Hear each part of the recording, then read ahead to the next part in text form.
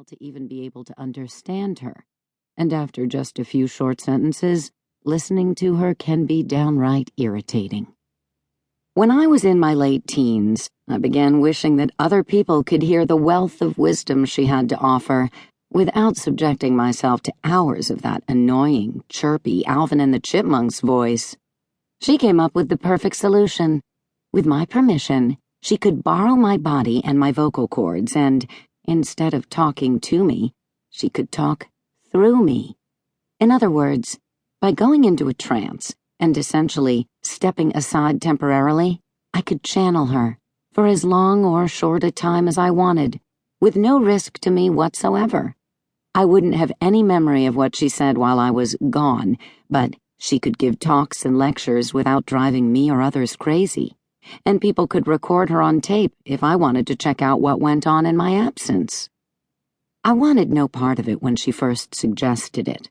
I wasn't about to turn over control of my body and voice to anyone, thank you.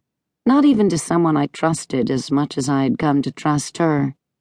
But I finally agreed to try it, if only to prove her wrong, find out I hated it, and determine never to let it happen again.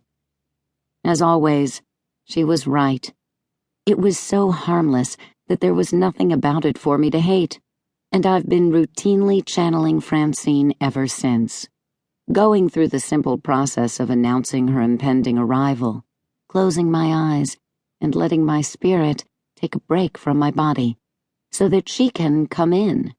Her voice is mine, of course, but her speech pattern is slower.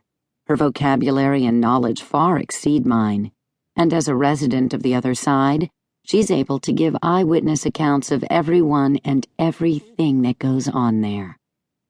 Throughout the years, she's given countless lectures to groups ranging from 10 people to thousands, and she's provided an inexhaustible amount of extraordinary, profound information for any number of my books.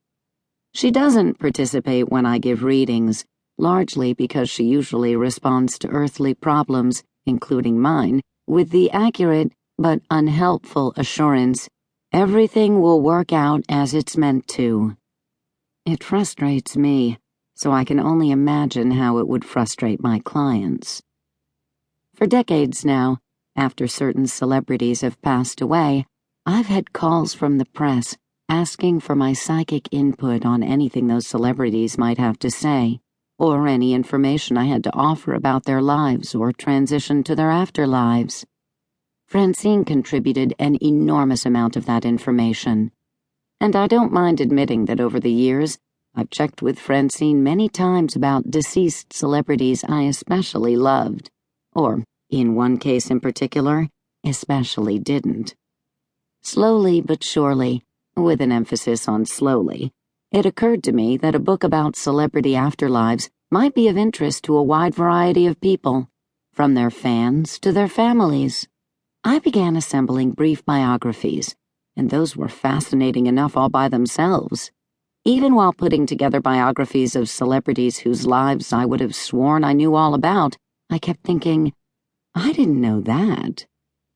And then, while my friend and assistant Linda sat beside me with a tape recorder running, I channeled Francine and let Linda ask question after question, late celebrity after late celebrity.